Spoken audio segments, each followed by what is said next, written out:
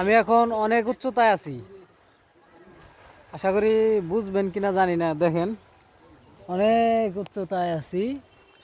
ওই যে বাহিরের একটু ওয়েদারটা দেখাই যে কত উঁচায় আছি আমি। দেখেন একদম গাছের উপরে, অনেক ভয় লাগতেছে। নিচের অবস্থাটা দেখেন, ঠিক আছে।